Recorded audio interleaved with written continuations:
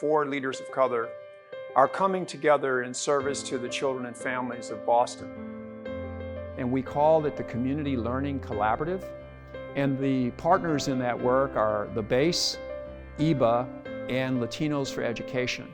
There's 4 of us, 4 leaders of color from this community that really came together and realized that we knew there was a critical need and there was a critical role that we must play. We started this work before the pandemic, coming together to think about how can we reimagine public education in Boston. The Moonshot was something that this group of leaders was brought together to be there for our students and families and to provide them opportunities that would help them get through such a difficult time. The concept of the Moonshot Project goes back to creating that space in which students come and feel loved, cared for, safe, happy. We know with the pandemic, all families struggled. And we know that Black and Latinx children, particularly in Boston, have struggled even more.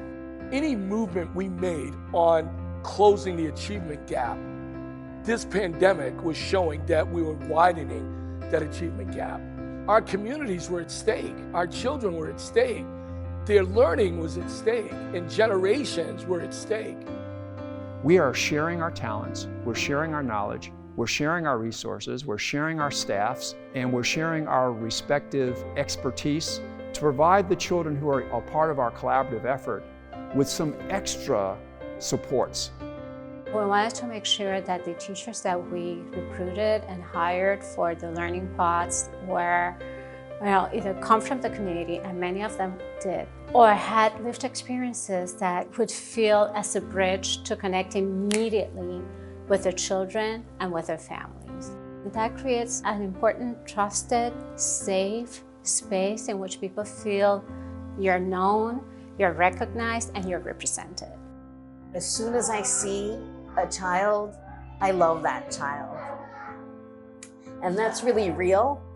And it is something that we bring as leaders, and that's why it matters so much to have Black and Latino leaders, whether it's in the schoolhouse or in spaces like the YMCA. I think we've learned a few things about education, and what we've learned is that human contact between a caring adult and his or her students or their students is important, and that we've got to figure out how do we retain that human connectivity as we reimagine education. The idea that a parent had a place that their young folks could go that was trusted and felt safe. For me, it just shows the power of community-based organizations and leadership, and really, its impact of being local and approximate and being accessible and available when the community needs you most. What I think is also important to recognize is that we needed to be flexible, that we needed to actually meet families and kids where they're at. And so the summer programming will be doing just that. This summer, more than any other summer, is going to be instrumental in every children's life, and especially for Black and Latinx students. What are the things that we need to learn from when we move into the Moonshot work and even into this summer work? We hope to extract those learnings and implement that into the summer opportunities. It is our commitment to be America's Education Y, and I think that's going to call upon us to use that time that we have with young people, both in the out-of-school time and during the summer, to help them catch up to the extent that they need to catch up. We are who our community is waiting for. We are who they're waiting for. Superman and Superwoman are not jumping in. They're not like flying in to save the day.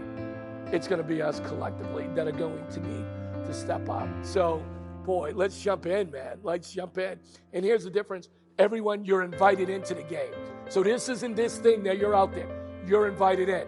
You can be on the field and play the game, or you can sit in the stands and watch the game. Come play. We need you.